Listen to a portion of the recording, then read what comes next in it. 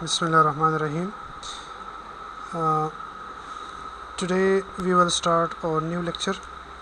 The title is Secondary and Tertiary Treatment of Wastewater. From the couple of weeks, we started a new series of lectures to how to treat a wastewater from how to treat a wastewater of domestic wastewater, industrial wastewater, and other types of wastewater. Uh, mm, and To continue this topic, we start from the beginning, which is the preliminary sedimentation process. After that, primary sedimentation and uh, the different steps that are involved, and the primary sedimentations or coagulation, flocculation, skimming tank, primary sedimentation tank, etc. During the primary sedimentation, we basically treat the wastewater by screening, by grid removal, uh, and after that, the wastewater still contains some suspended organic solids that can be removed by the plant sedimentation, which is called the primary clarifier. But obviously, the wastewater are not completely cleaned. So the primary treatment process remove only those pollutants that will either float or settle out by the gravity. But uh, most of the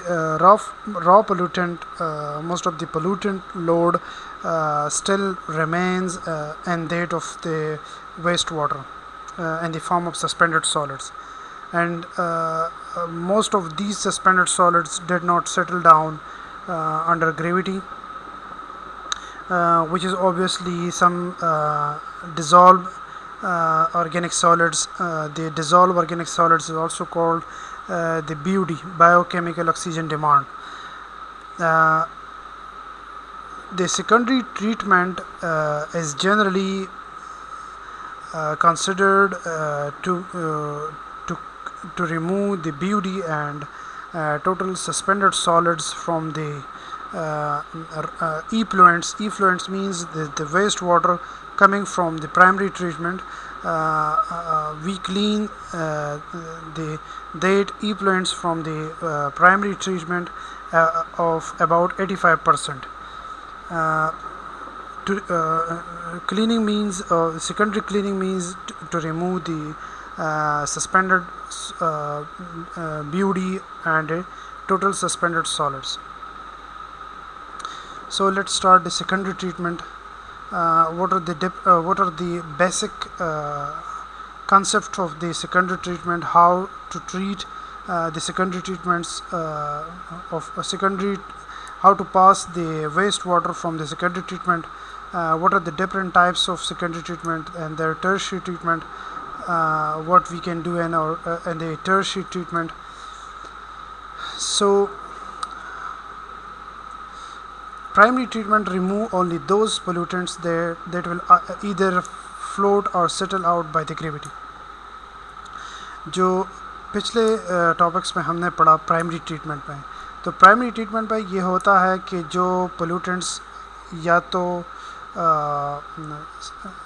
under gravity जो है वो settle हो जाते हैं, मतलब नीचे बैठ जाते हैं, या सरफेस पे फ्लोटिंग कर रहे होते हैं, या सस्पेंडेड फॉर्म में होते हैं, तो वो तो प्राइमरी ट्रीटमेंट में जो है वो मुख्तलिफ प्रोसेस से पास हो के वो सारी चीज़ें जो है वो तो निकल जाती हैं उस पानी से, वेस्ट वाटर से.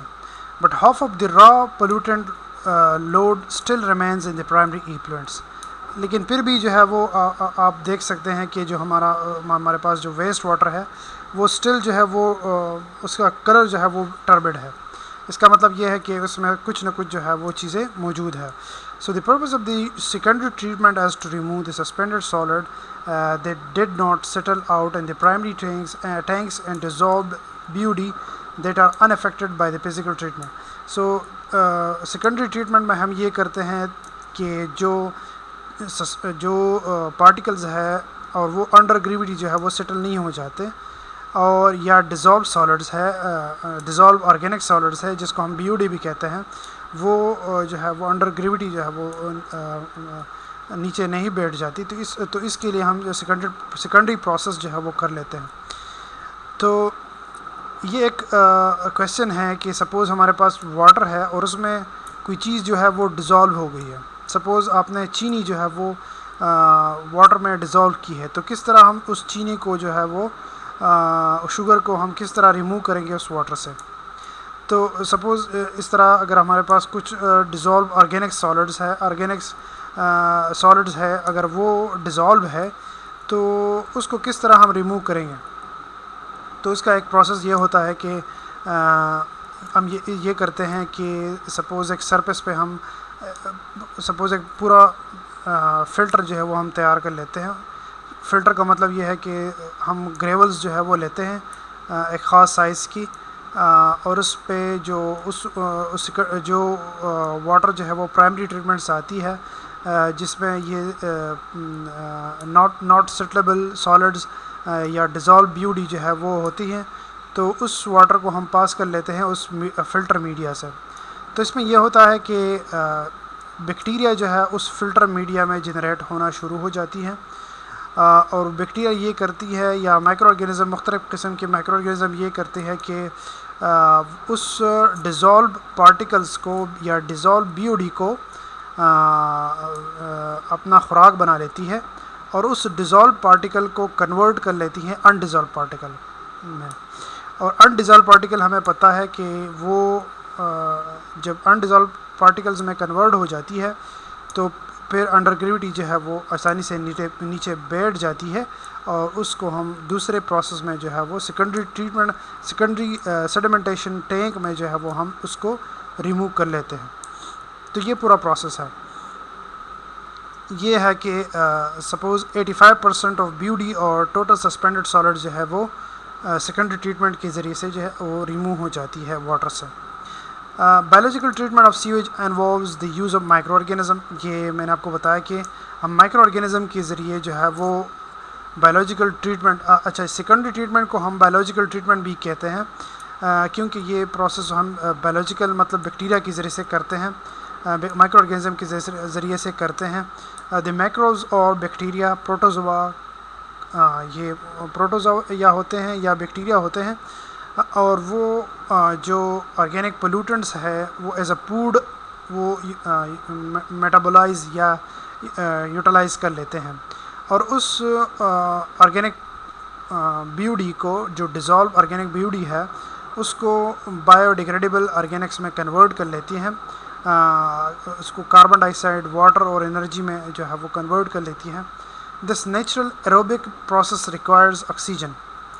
तो जिस तरह आपको पता है कि बैक्टीरिया जो है वो in the presence of oxygen अपना मेटाबॉलिज्म जो रिएक्शन है फूड जो खाती है, तो उसके लिए उसको ऑक्सीजन की ज़रूरत होती है.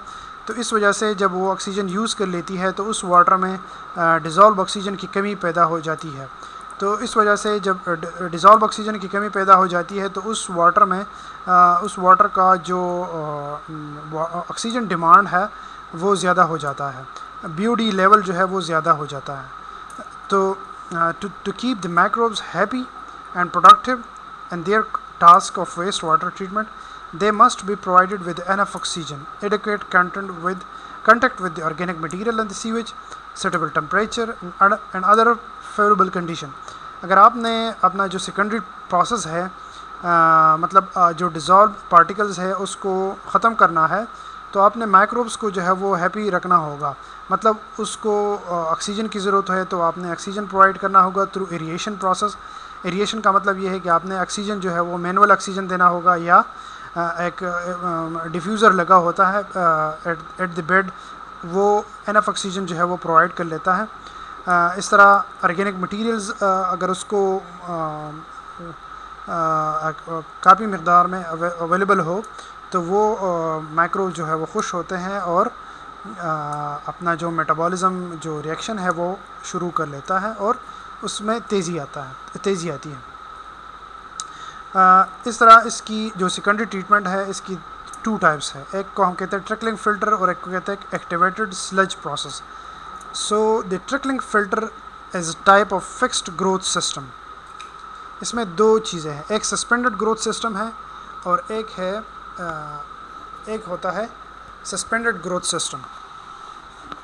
तो इस दोनों में क्या डिफरेंस है? द माइक्रोब्स रिमेन फिक्स्ड और attached to the surface while the waste water flow over that surface to provide contact with the organics. इसमें आसानी से मैं आपको समझा लेता हूँ। सपोज़ हमारे पास एक फ़िल्टर है। फ़िल्टर का मतलब ये है कि हमारे पास कुछ बड़े से स्टोन्स है या जिससे हमने एक फ़िल्टर मीडिया बनाया हुआ है एक ख़ास विड्थ का, और हम उसी फ़िल्टर मीडिया से जो फिक्स्ड विड्थ है और फिक्स्ड सरफेस है जिसे हम अपना जो प्राइमरी इफ्लुएंट्स है, मतलब जो वेस्ट वाटर प्राइमरी से आती है, प्राइमरी सेडिमेंटेशन प्रोसेस से आती है, तो उसको हम पास कर लेते हैं सेकेंडरी उस फ़िल्टर से। तो फ़िल्टर में मौजूद जो माइक्रो ऑर्गेनिज़म है वो अपना काम शुरू कर लेता है, मेटाबॉलिज्म रिएक्शन जो है वो स्टार्ट कर लेता है और इस तरह जो अनडिज़ोल्व पार्टिकल्स है वो जो डिज़ोल्व पार्टिकल है वो अनडिज़ोल्व फॉर्म में कन्वर्ट हो जाती है। इस तरह एक्टिवेटेड स्लज प्रोसेस है। तो इसमें हम ये कर लेते हैं कि हमारे पास सरफेस जो है वो सस्पेंडेड वो फिक्स्ड नहीं होता। हम जो हमारे पास इफ्लुएंट फ्रॉम द प्राइमरी है, मतलब प्राइमरी से जो इफ्लुएंट आती है, वेस्ट वाटर आती है, उसको उस वेस्ट वाटर को हम जो है माइक्रो ऑर्गेनिज़म के साथ मिक्स कर लेते हैं, एक स्लरी बना लेते हैं उससे, और उस पूरे जो मीडिया में माइक्रो ऑर्गेनिज़म अपना काम शुरू कर लेता है और उसमें जो है वो मेटाबॉलिज्म रिएक्शन स्टार्ट हो जाती है और जो सस्पेंडेड डिज़ोल्व पार्टिकल्स है वो अनडिज़ोल्व फॉर्म में जो है वो कन्वर्ट हो जाती है। तो इसको हम कहते हैं एक्टिवेटेड स्लज प्रोसेस, और ये हम डिटेल से पढ़ेंगे इंशाल्लाह। So the first one is the trickling filter. इसकी मैंने एक वीडियो भी उसका एक लिंक भी दिया है, वो भी आप देख सकते हैं। लेकिन इसका जो सेटअप है वो इस तरह है कि इसमें बेसिकली लेयर्स ऑफ और bed of crush stone about 2 metre या 6 फीट डीप जो है उसमें क्रश स्टोन होते हैं, यूजुअली सर्कुलर इन शेप और may be as large as 60 metre और 200 feet in diameter. Trickling filter always preceded by the primary treatment to remove the coarse and settleable solid. ये trickling filter जो है ये हम primary treatment के बाद जो है वो लगाते हैं ताकि जो इफ्लुएंट्स है प्राइमरी से आके वो सेकेंडरी प्रोसेस के थ्रू जो है वो पास हो जाए। The primary effluents spread over the surface of the crushed stone bed and trickles down through the bed to an undrained system.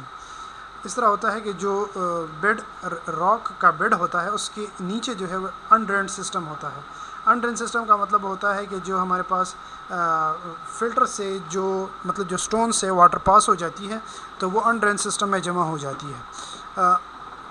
हम इस तरह करते हैं कि हम उस बेड क्रश स्टोन पे जो है उस पे हम वो प्राइमरी इफ्लुएंट्स जो है वो स्प्रे कर लेते हैं और वो कुछ टाइम तक जो है वो नीचे जाना शुरू हो जाती है, उस फ़िल्टर से पास होना शुरू हो जाती है।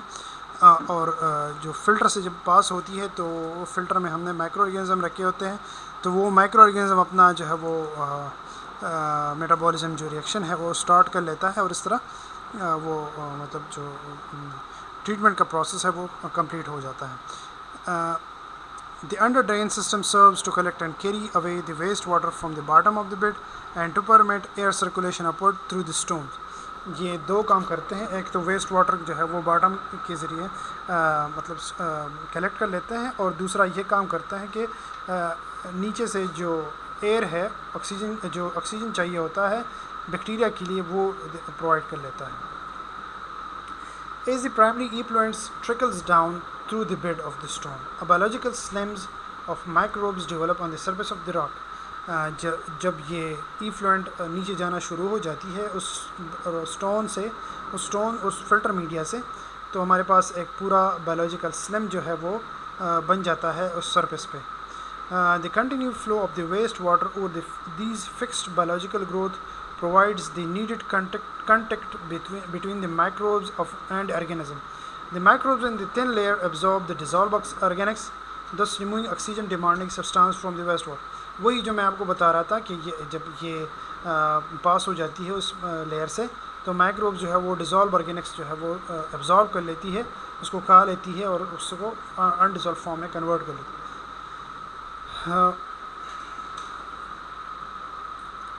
The trickling filter effluents is collected in the under drain system, वो जो मैंने आपको बताया. Then उस अंडर ड्रेन सिस्टम के ज़रिए जब हम वो वाटर कलेक्ट कर लेते हैं उसको हम सेडिमेंटेशन टैंक में पहुंचा देते हैं. उसको हम कहते हैं सेकेंडरी क्लेरिफायर, ताकि जो डिज़ोल्व पार्टिकल्स है वो बैक्टीरिया ने अनडिज़ोल्व फॉर्म में कन्वर्ट किया है, तो जो अनडिज़ोल्व पार्टिकल्स है वो अंडर ग्रेविटी जो है उस सेकेंडरी ट्रीटमेंट में, उस सेकेंडरी क्लेरिफायर में जो है वो बैठ जाए. The secondary clarifier or final clarifier sometimes is similar to the most respect. मतलब एक ही चीज़ है, दोनों एक ही टैंक है. एक को हम कहते हैं प्राइमरी टैंक, उसका भी यही काम है, और सेकेंडरी ट्रीटमेंट उसका भी यही, सेकेंडरी क्लेरिफायर उसका भी यही काम है. लेकिन डिफरेंस जो है वो डिटेंशन टाइम में है. एक का टाइम ज़्यादा होगा, एक का कम होगा.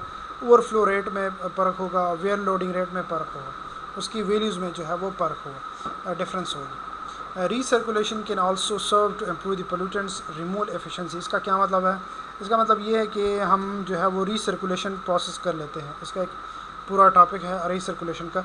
इसका मतलब ये है कि अगर आपने एक मरतबा प्राइमरी इफ्लुएंट्स को एक मरतबा सेकेंडरी जो फ़िल्टर है उससे पास किया है, तो दोबारा एक ख़ास पोर्शन ऑफ उस इफ्लुएंट्स को दोबारा हम जो है वो सेकेंडरी ट्रीटमेंट से पास कर लेते हैं.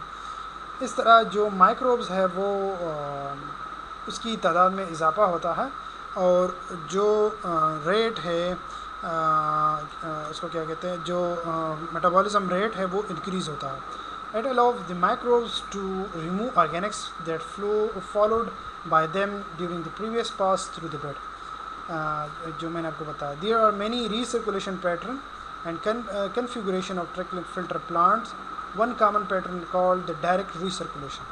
इसमें मुख्तलिफ अक़साम है. एक को हम कहते हैं डायरेक्ट सर्कुलेशन. तो इसका ये सपोज़ आप देख सकते हैं, इन्फ्लुएंट है, प्राइमरी क्लेरिफायर से आपने जो वेस्ट वाटर है वो पास किया है, उसके बाद उसको ट्रिकलिंग फ़िल्टर पे ले आया.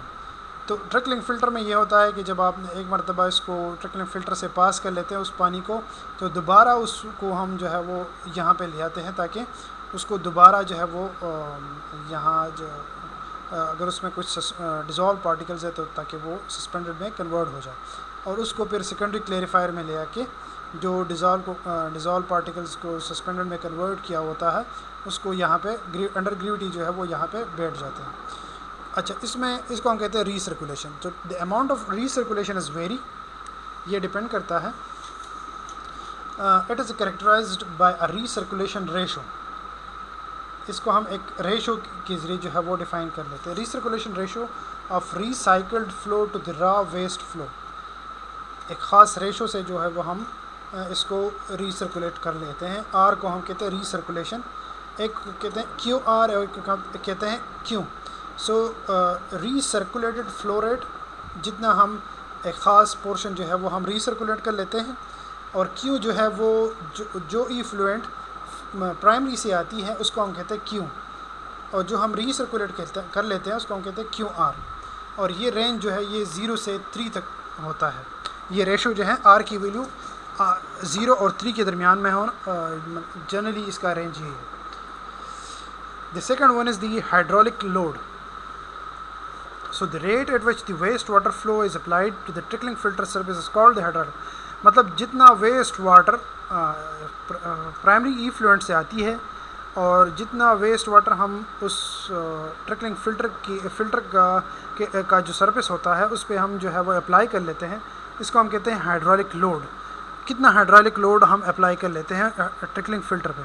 सो the hydraulic load include the recirculated flow, जिसको हम कहते हैं Q R, and the total flow through the trickling filter is equal to Q. So the hydraulic load is equal to Q R plus Q, मतलब जो flow primary से आती हैं और जो सर्कुलेटेड फ्लो होती हैं वो divided by the surface area of that trickling filter, इसको हम कहते हैं hydraulic load. So hydraulic load में be expressed in term of cubic metre per day, जो यूनिट है क्यू का, पर स्क्वायर मीटर जो यूनिट है सरफेस एरिया का। So cubic metre per day per square metre of square area, जिस तरह इसको हम लिखते हैं metre cube per metre square per day, या मिलियन गैलन पर एकड़ पर डे, वही सेम ही चीज़ है। अच्छा, इसकी जो ट्रिकलिंग फ़िल्टर के लिए हाइड्रोलिक लोड की वैल्यू है वो 20 metre cube per metre square per day है, जो टिपिकल वैल्यू है। इससे आगे पीछे हो सकती है। 19 मिलियन गैलन पर एकड़ पर डे, 20 जो है वो इसकी बराबर है। द अदर टर्म वो है ऑर्गेनिक लोड, जिसको हम कहते हैं BOD। The rate at which the organic material is applied to the trickling filter is called the organic load or BOD load। मतलब जो वेस्ट वाटर हम अप्लाई कर लेते हैं ट्रिकलिंग फ़िल्टर पे, मतलब जो ऑर्गेनिक लोड है जिसमें ऑर्गेनिक्स होते हैं, जिसमें BOD होता है, जो खुराक होता है बैक्टीरिया की या प्रोटोजोआ की, इसको हम कहते हैं organic load.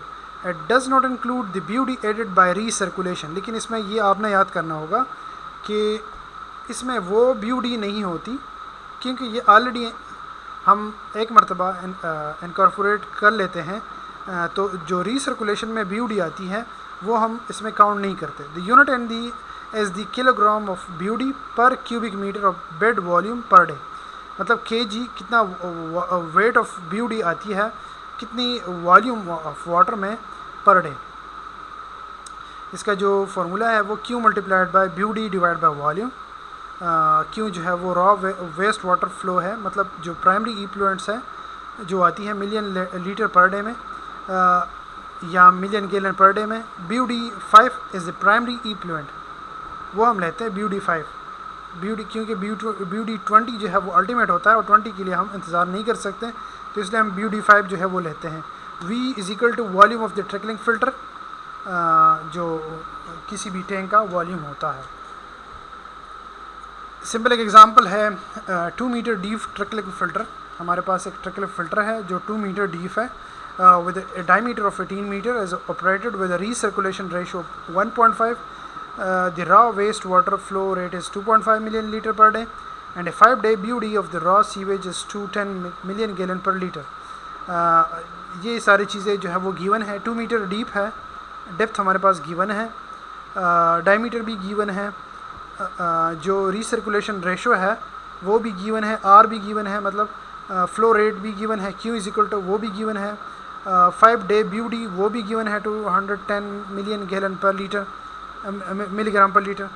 Assume that the primary tank BOD removal efficiency is 30%। अगर आपके पास जो प्राइमरी टैंक जो होता है, मतलब जो सपोज़ अब आपके पास वेस्ट वाटर है और आपने उस वेस्ट वाटर को प्राइमरी ट्रीटमेंट के ज़रिए से प्राइमरी ट्रीटमेंट से पास किया है, तो उस प्राइमरी ट्रीटमेंट से BOD जो है वो 30% रिमूव हो गई है। कंप्यूट मतलब 70% अब भी बाकी है जिसको हमने पास करना है सेकेंडरी ट्रीटमेंट से। So compute the hydraulic load and organic load on the trickling filter. उसके बाद आपने हाइड्रोलिक लोड और ऑर्गेनिक लोड जो है वो फाइंड करना है। सो सरफेस एरिया हमारे पास है πd² डिवाइड बाई 4, वो हमारे पास बनती है 254.4 मीटर स्क्वायर, यही बनता है। जो 18 स्क्वायर, अच्छा ये 2 जो है ये बेसिकली स्क्वायर है।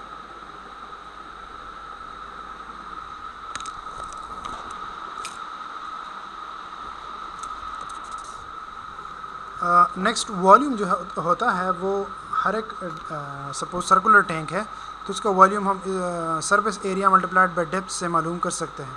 तो सरफेस एरिया हमारे पास बनता है 254 और डेप्थ हमारे पास जो गिवन है वो 2 है, तो इससे बनता है 509 मीटर स्क्वायर। इस तरह जो रीसर्कुलेशन रेशो है वो है Q R divide by Q। तो इस तरह जो हमारे पास रीसर्कुलेशन वैल्यू हमारे पास 1.5 गिवन है और रॉ वेस्ट जो क्यों है वो है 2.5 मिलियन लीटर पर डे। तो इससे हम रीसर्कुलेशन जो फ़्लो है वो भी मालूम कर सकते हैं, क्योंकि हमारे पास क्यों गिवन है, आर गिवन है, तो क्यों आर हम इससे आसानी से मालूम कर सकते हैं, जो कि बनता है 3.75 मिलियन लीटर पर डे। इस तरह क्यों प्लस क्यों आर जो है वो अगर हम इसको ऐड कर लेते हैं 2.5 प्लस 3.75 तो ये बनता है 6.25 मिलियन लीटर पर डे या 6250 मीटर क्यूब पर डे। तो इसको हम कहते हैं compute the hydraulic load and organic load on the trickling filter. तो ये बनता है so hydraulic load is equal to Q R plus Q divide by S. तो क्यू आर प्लस क्यू जो है वो हमारे पास 6250 बनता है और सरफेस एरिया जो हमने कैलकुलेट की है तो हाइड्रोलिक लोड ये बनता है। So the primary equivalent BUD can be computed with equation.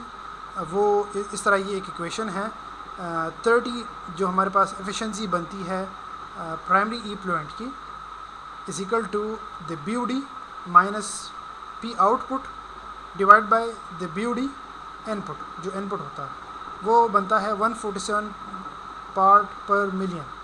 तो इससे हमारे पास ऑर्गेनिक लोड हम इस तरह मालूम करेंगे कि 2.5 मल्टीप्लाइड बाई 147 डिवाइड बाई 509 जो हमने यहाँ पे मालूम किया है वॉल्यूम को। तो इस वॉल्यूम पे हम डिवाइड करेंगे इसको, तो ये हमारे पास ऑर्गेनिक लोड बनता है, क्योंकि ऑर्गेनिक लोड का जो फार्मूला है वो Q multiplied by BUD divide by V है। तो इस तरह हमने ये मालूम किया। हाँ, efficiency. So BUD removal efficiency of a trickling filter depends primarily on organic load। जो efficiency of BUD removal है, सपोज़ हमारे पास एक ट्रिकलिंग फिल्टर है, उससे हम BUD रिमूव कर लेते हैं, तो वो डिपेंड करता है प्राइमरी लोड पे कि ऑर्गेनिक लोड है।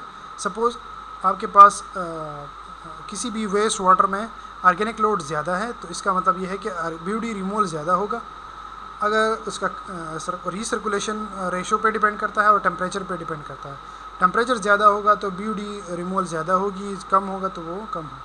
The efficiency increases with decreases organic load. Suppose हमारे पास ऑर्गेनिक लोड जो है वो ज़्यादा होता है तो इसका मतलब ये है कि किसी भी टैंक का एफिशिएंसी जो है वो कम होगा। The efficiency increases with the decrease organic load. इस तरह इंक्रीजेज रीसर्कुलेशन। अगर हम एफिशिएंसी ज़्यादा करना चाहते हैं तो अगर हम रीसर्कुलेशन ज़्यादा करेंगे तो इससे एफिशिएंसी ज़्यादा होगी, और अगर हम टेम्परेचर ज़्यादा करेंगे तो एफिशिएंसी फिर भी ज़्यादा होगी। ये कुछ एग्जांपल्स है। सपोज़ हमारे पास रीसर्कुलेशन की वैल्यू 0 है, टेम्परेचर 20 डिग्री सी है, ऑर्गेनिक लोड 2 किलोग्राम पर मीटर क्यूब पर डे हमने रखा, सो एफिशिएंसी उसके बाद होगी 60%। ये कुछ फैक्ट्स हैं। देन वही R is equal to 0, temperature is equal to 20 degree C, but organic load को हमने कम किया है। यहाँ पे ऑर्गेनिक लोड को हमने 0.5 पे लाया है, मतलब ऑर्गेनिक लोड की डिक्रीज़ होने से आपकी एफिशिएंसी जो है वो इंक्रीज़ होगी। तो अगर आपने उसी सेम सिनेरियो में ऑर्गेनिक लोड को डिक्रीज़ किया, 0.5 पे लाया है, तो एफिशिएंसी आपकी जो बनती है वो 75% है। लेकिन आपने अगर रीसर्कुलेशन ज़्यादा की है तो इससे रीसर्कुलेशन से क्या ज़्यादा होगा, रीसर्कुलेशन से आपकी एफिशिएंसी और ज़्यादा होगी। ये आप देख सकते हैं, the efficiency increases with increases recirculation.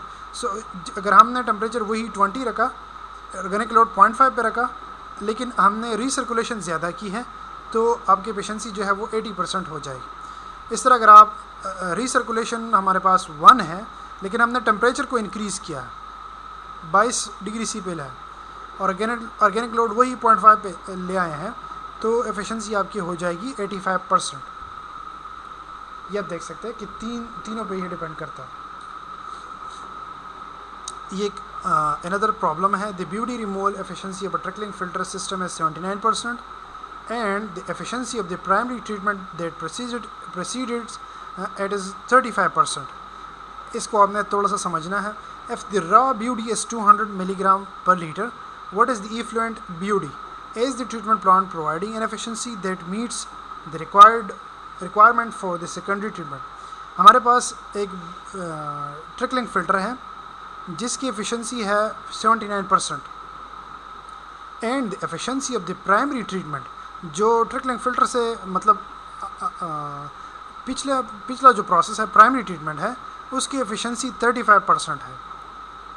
अब द रॉ BUDS 200 मिलीग्राम पर लीटर, अगर आपके पास BUD जो है वो 200 मिलीग्राम पर लीटर है किसी भी वाटर में, so what is the effluent BUD, आपकी इफ्लुएंट BUD क्या होना चाहिए, मतलब जो आपके पास BUD बचता है वो कितना होना चाहिए। Is the treatment plant providing an efficiency that meets the requirement for the secondary treatment, ये जो मतलब एफिशिएंसी आपने फाइंड की है क्या यही सेकेंडरी ट्रीटमेंट की नीड जो है वो पूरी करती है।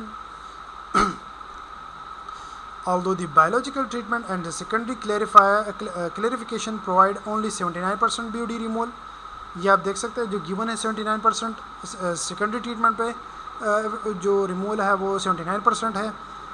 It should be remembered that 35% of the BUD was recently removed by primary settling।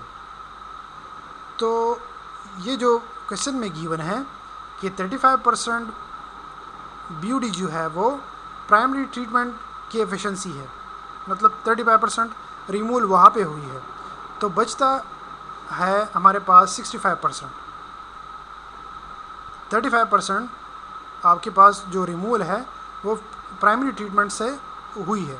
Suppose हमारे पास एक BUD है वो 200 मिलीग्राम पर लीटर गिवन है और उस BUD को हमने पास किया प्राइमरी ट्रीटमेंट से, तो उसकी एफिशिएंसी जो गिवन है 35%, तो इसका मतलब ये है कि जो हमारे पास BUD 200 मिलीग्राम पर लीटर है उसका 35% जो है वो उसी प्राइमरी ट्रीटमेंट से रिमूव हो जाएगा, बाकी हमारे पास बचता है 65% BUD। तो 65% को हम किस तरह मिलीग्राम पर लीटर में कन्वर्ट करेंगे, सिंपल हम उसको टोटल से मल्टीप्लाई करेंगे, 0.65 से मल्टीप्लाई करेंगे, तो इसका मतलब ये है कि 130 मिलीग्राम पर लीटर रिमेंस है। अगर आप ये मालूम करना चाहते हैं कि कितनी BUD जो है वो ख़त्म हुई है, मतलब अनडिज़ॉल्व फॉर्म में कन्वर्ट हुई है इन द प्राइमरी ट्रीटमेंट, तो उसको आपने फिर 0.35 से मल्टीप्लाई करना होगा, 0.35 मल्टीप्लाइड बाई 200, क्योंकि जो 35% BUD है वो ख़त्म हुई है in the primary treatment, but the 79% of the BUD entering the trickling filter is removed. जो क्वेश्चन में गिवन है वो 79% ऑफ BUD है ट्रिकलिंग फिल्टर की, लिविंग 21%।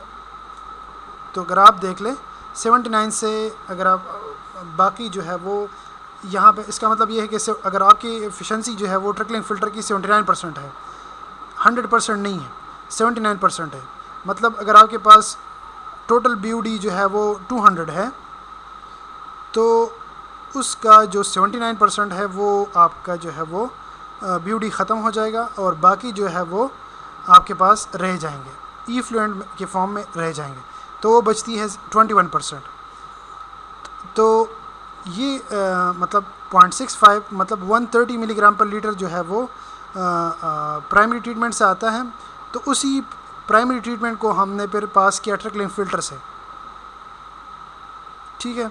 तो उस 130 मिलीग्राम BUD को हमने फिर पास किया ट्रिकलिंग फ़िल्टर से, तो अब हम 130 ही लेंगे क्योंकि जो बाकी जो बचता है 35% जो है वो ऑलरेडी रिमूव हुआ है प्राइमरी ट्रीटमेंट से। तो 130 को हम सिंपल मल्टीप्लाई करेंगे 0.21 से, जो बचता है 27 मिलीग्राम पर लीटर। तो इसका मतलब ये है कि अगर आपके पास BUD है 200 मिलीग्राम पर लीटर, उसको हमने पहले प्राइमरी ट्रीटमेंट से पास किया तो 35% आपका जो BUD है वो कम हुआ, जो बचता है 130। इस तरह उसको फिर हमने दोबारा पास किया ट्रिकलिंग फ़िल्टर से, जो 130 था उसको हमने फिर दोबारा पास किया ट्रिकलिंग फ़िल्टर से, जो कम हुआ 27 मिलीग्राम पर लीटर तक, उस तक आ गया। तो इसकी एफिशिएंसी हम किस तरह मालूम करेंगे फिर, तो efficiency is equal to the 200 multiplied by 27 divide by 200, ये फार्मूला है कि जो हमारे पास टोटल है मल्टीप्लाइड बाय जो बचता है divide by total multiplied by 100, तो ये बनता है 87%। So this is greater than 85%. So the treatment plant is providing secondary treatment.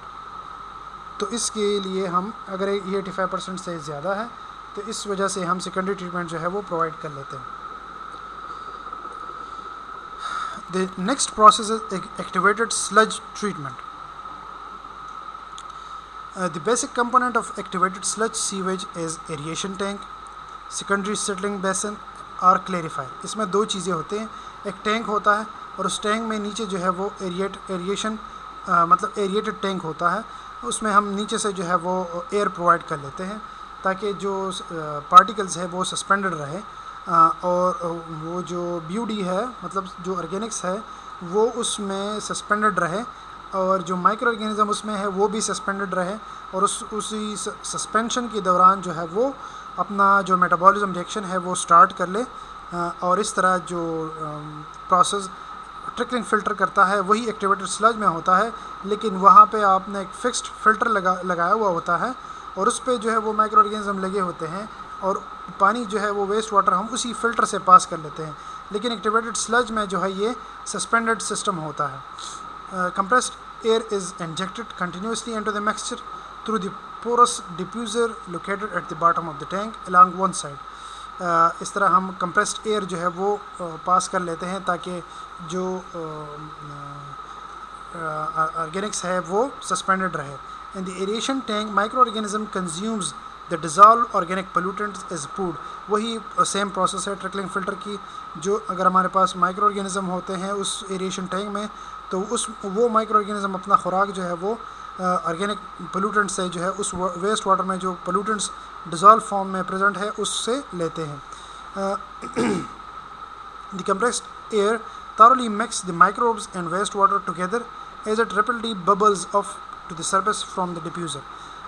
The aerobic microorganism in the tank grow and multiply. इस तरह अगर उसको कंटिन्यूसली ऑक्सीजन मिलती रहे तो इससे ये होता है कि उस माइक्रो ऑर्गेनिज्म की तादाद में जो है वो इजाफा होता है, वो ज़्यादा होते हैं। तो इस वजह से हम active suspension of biological solids या एक्टिवेटेड स्लज कहते हैं, क्योंकि ये हर वक्त जो है वो एक्टिव होता है थ्रू एरिएशन प्रोसेस।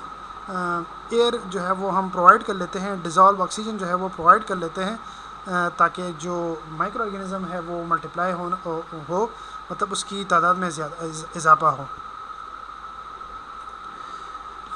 अच्छा, the combination of the activated sludge and the waste water in the aeration tank is called mixed liquor। तो इसमें कुछ ज़रूरत नहीं है। अच्छा, इसकी जो डिटेंशन टाइम है वो 6 आवर्स होती है। जो मतलब वेस्ट वाटर जब आफ्टर 6 आवर हम उस वेस्ट वाटर को जब वो अपना काम कर लेती है बैक्टीरिया, तो जो सरफेस से हम साफ वाटर जो है वो जब हम कलेक्ट कर लेते हैं तो उस सरफेस की जो सॉफ्ट वाटर है उसको हम कहते हैं supernatant. The settle sludge is pumped out from the sludge Hooper eight the bottom of the tank. Hooper shape bottom होता है इसकी और उसमें जो है वो आपकी जो सॉलिड्स बचती हैं वहाँ पे बैठ जाती है। The settled sludge is an active state. In other words, the microbes are well accumulated to the wastewater and are ready to absorb and decompose more organics by their metabolism. जो sludge नीचे बैठ जाती है तो उसमें फिर भी वही वो ताकत होती है ताकि वो जो डिज़ोल्व पार्टिकल्स है उसको एब्जॉर्व कर ले और उसको जो है वो अनडिज़ोल्व फॉर्म में कन्वर्ट कर ले। By pumping about 30% of the wastewater flow from the bottom of the clarifier back to the head of the aeration tank. उसको फिर हम इस तरह जो रीसर्कुलेशन प्रोसेस है वह यहाँ पे भी हम कर लेते हैं, क्योंकि जो हमारे पास नीचे स्लज होता है उसमें जो बैक्टीरिया या माइक्रोब्स होते हैं वो एक्टिव स्टेट में होते हैं। तो इस वजह से वो दोबारा जब हम 30% वेस्ट वाटर को हम दोबारा एरिएशन टैंक में ले आते हैं ताकि जो एक्टिव माइक्रोब्स हो वो अपना काम और जो है वो कर सके, मतलब और जो है उस वेस्ट वाटर से जो डिज़ोल्व पार्टिकल है वो ले सके।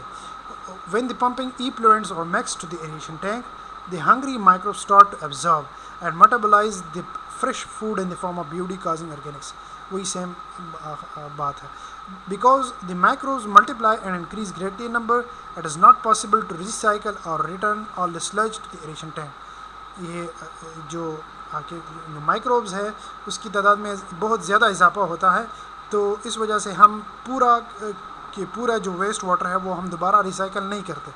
जिस तरह हम ट्रिकलिंग फ़िल्टर में कर लेते हैं, इस तरह यहाँ पे हम नहीं करते. इसको हम 30% वेस्ट वाटर जो है वो हम रिसाइकल करते हैं और बाकी के जो है वो हम ले जाने अगले प्रोसेस पे ले जाते हैं. The excess sludge called waste activated sludge. जो एक्सेस स्लज बचता है उसको हम कहते हैं वेस्ट एक्टिवेटेड स्लज. ये आप देख लें, हमारे पास सीवेज इन्फ्लुएंट है, प्राइमरी सेटलिंग टैंक में आती है, वहाँ से एक्टिवेटेड स्लज, या वहाँ पे ट्रिकलिंग फ़िल्टर था, यहाँ पे एक्टिवेटेड एरिएशन टैंक है, वो हम यहाँ पे ये प्रोसेस से पास करके सेकेंडरी सेटलिंग टैंक में ले आते हैं. इसको दोबारा भी हम यहाँ से पास कर लेते हैं. यहाँ पे आप देख लें, इससे जो वेस्ट बनता है वो हम दोबारा यहाँ पे ले आते हैं. उस वेस्ट को हम दोबारा ले आते हैं ताकि, क्योंकि उसमें जो माइक्रोब्स है वो एक्टिव स्टेट में होते हैं, उसको हम दोबारा यहाँ पे ले आते हैं ताकि जो यहाँ पे अगर डिज़ोल्व पार्टिकल्स है तो वो एक्टिव माइक्रोब्स जो है वो उस डिज़ोल्व पार्टिकल्स को डिफ्यूज़ कर सके. यहाँ पे एक रेशो है, इसको हम कहते हैं FM ratio, food to micro organism ratio. So the food is measured in term of kg, और BUD जो है वो उसका एक फूड है. माइक्रो ऑर्गेनिज्म का फूड जो है वो BUD होता है, जो डिज़ोल्व या सस्पेंडेड ऑर्गेनिक्स होते हैं. Because the suspended solid in the mixed liquid consist mostly of living organism, the suspended solid concentration is used as a measure of the total microbe in the tank. इसको हम कहते हैं mixed liquid suspended solids. अच्छा, ये इसका range होता है 0.2 से 0.5 तक, और ये फार्मूला इसका गिवन है Q multiplied by BUD divide by mixed liquid suspended solid multiplied by volume. इस पर एक एग्जांपल भी है, ये आप देख ले, बिल्कुल इजी एग्जांपल है, सारा हर चीज़ गिवन है, सिंपल आपने इसमें पुटिंग करनी है. इस तरह ये एक एग्जांपल है, इसमें भी सिंपल आपने पुटिंग करनी है, इसमें कुछ नहीं. The next one is the tertiary or advanced treatment. Secondary treatment से जब आप वाटर जो है वो पास कर लेते हैं तो वहाँ पे 85 to 90% आपका BUD या टोटल सस्पेंडेड सॉलिड जो है वो रिमूव हो जाती है, लेकिन फिर भी आपका 5% या ऑलमोस्ट 10% 15% जो है वो रह जाता है. So generally this leaves about 30 milligram per liter or less of BUD and total suspended solid in the secondary treatment. So sometimes this level of the sewage treatment is not sufficient to protect the aquatic environment. Almost आपको अगर suppose 30 milligram पर litre फिर भी बचता है BUD, तो वो भी एक्सेप्टेबल नहीं है. तो इस वजह से हमने इसको टर्शरी या एडवांस ट्रीटमेंट से पास करना होता है. So the secondary treatment does not significantly reduce the effluent concentration of the nitrogen and phosphorus in the sewage. ये जो है, अगर आपके पास वाटर में नाइट्रोजन या फास्फोरस के कंपाउंड्स जो है वो प्रेजेंट है, तो वो सेकेंडरी ट्रीटमेंट्स के थ्रू जो है वो ख़त्म नहीं होते. वो लाजमी आपने टर्शरी या एडवांस ट्रीटमेंट से पास करना होता है ताकि वो जो है वो वहाँ पे नाइट्रोजन रिमूवल हो या फास्फोरस रिमूवल हो. अब द नाइट्रोजन इज फास्फोरस और डिस्चार्ज इनटू द रिवर, अगर आपने टर्शरी ट्रीटमेंट नहीं की और उसी वाटर को अगर उसी वाटर में नाइट्रोजन और फास्फोरस प्रेजेंट हो और उसको आपने किसी भी रिवर में डिस्चार्ज किया, तो जो एलजी है वो जो ग्रीन कलर में होता है वो ज़्यादा एक्सेलरेट होगा, ज़्यादा वो मतलब उसमें उस वाटर में कुछ टाइम बाद जो है वो बनना शुरू हो जाएगा. So the nitrogen in the water are mostly present in form of ammonia compound. ये तो ऑब्वियस है क्योंकि हम ज़्यादातर जो एग्रीकल्चर के लिए यूज़ कर लेते हैं एमोनिया और फास्फेट, तो ये दोनों वहाँ से आती है. These compounds are toxic to fish if the concentration is high enough. When pollutant removal greater than the provided by secondary treatment is required, either to further reduce the BUD or TSS, additional or advanced treatment are required. This is called the tertiary treatment. और अगर आपने BUD और TSS level को decrease करना है, ख़त्म करना है, तो आपने इसको टर्शियरी ट्रीटमेंट से पास करना होगा। Tertiary treatment remove almost 99% of the pollutants from the raw sewage. Some of the most common tertiary treatment process, the first one is the effluent polishing. इसका क्या मतलब है? The removal of additional BUD and TSS from the secondary effluent is sometimes referred as to effluent polishing. जो BUD और total suspended solid secondary से हमें आती है उसको हम कहते हैं effluent polishing. The suspended solid consists mostly of organic compounds. Filtration removes BUD and TSS. Generally, mixed media filter are used to achieve in-depth filtration of the effluent. Because of the organics and biodegrade nature of the suspended solid and the secondary effluent, tertiary filters must be back washing frequently. ये तो यही same procedure है। इसका effluent polishing जो है इसमें ये होता है, जो सस्पेंडेड सॉलिड या BUD जो है वो हमें आती है सेकेंडरी इफ्लुएंट से, उसको हम एक फ़िल्टर मीडिया से, मिक्स्ड फ़िल्टर मीडिया से हम पास कर लेते हैं। एक ख़ास डेप्थ तक फ़िल्टर लगा हुआ होता है ताकि उस BUD और TSS को हम जो है वो रिमूव कर सकें।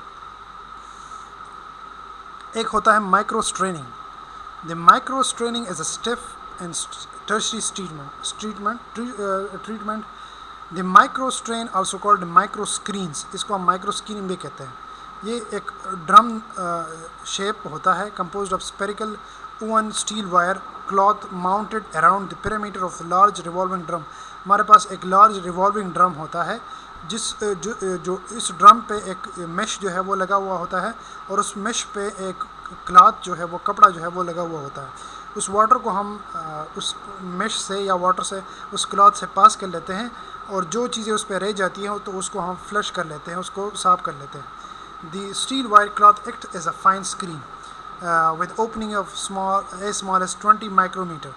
The rotating drum is partially submerged in the secondary effluent, which must flow into the drum and then outward through the micro screen. इसकी आप ये लिंक जो है ये मैंने ये दिया है, इसको आप देख सकते हैं, इसकी वीडियो में आपको कंप्लीट समझ आ जाएगी। अच्छा, the next one is the phosphorus removal. तो इससे पास्पोरस जो है वो भी रिमूव होता है। पास्पोरस हम किस तरह रिमूव करते हैं? पास्पोरस की रिमूव करने के लिए हम एक केमिकल प्रेसिपिटेशन प्रोसेस है वो कर लेते हैं। केमिकल प्रेसिपिटेशन का मतलब ये है कि जो पास्पोरस बेसिकली डिज़ोल्व फॉर्म में होता है उसको हमने अनडिज़ोल्व फॉर्म में ले आना है। तो उसको अनडिज़ोल्व फॉर्म में ले आने के लिए आपने कुछ केमिकल जो है वो ऐड करने होंगे, उसको हम कोगुलेंट कहते हैं। तो उस केमिकल को ऐड कर जब आप कर लेते हैं तो उस डिज़ोल्व पार्टिकल को वो कन्वर्ट कर लेता है किसी दूसरी केमिकल कंपाउंड में, लेकिन अनडिज़ोल्व फॉर्म में। तो मोस्टली हम एलम जो है वो यूज़ कर लेते हैं इस एज अ कोगुलेंट, जिसका फार्मूला है Al2SO4 एल्यूमिनियम सल्फेट। जब एल्यूमिनियम सल्फेट फास्फेट से रिएक्शन कर लेता है तो वो बनता है आपका एल्यूमिनियम फास्फेट। तो एल्यूमिनियम फास्फेट जो है वो नीचे बैठ जाती है इनसोल्युबल फॉर्म में और वो हम रिमूव कर लेते हैं। इस तरह नाइट्रोजन जो है वो भी हम रिमूव कर लेते हैं इस तरह, क्योंकि नाइट्रोजन प्रेजेंट होता है in the form of ammonia, जिससे बनता है nitrate. This process is called nitrification and due to the presence of nitrifying bacteria, nitrogen को हम इस तरह रिमूव कर लेते हैं। वो भी नाइट्रीफाइंग बैक्टीरिया के थ्रू जो है वो हम रिमूव कर लेते हैं। तो ये टर्शियरी ट्रीटमेंट है। हाँ, तो ये सारा कुछ सेकेंडरी ट्रीटमेंट के टॉपिक में आता है और 2-3 टॉपिक्स जो है वो टर्शियरी ट्रीटमेंट के हैं। अगर इसमें कुछ आपको मसला हो या कुछ कहीं भी आपको समझ नहीं आ रही तो काइंडली आप मुझसे रब्ता कर सकते हैं। Thank you.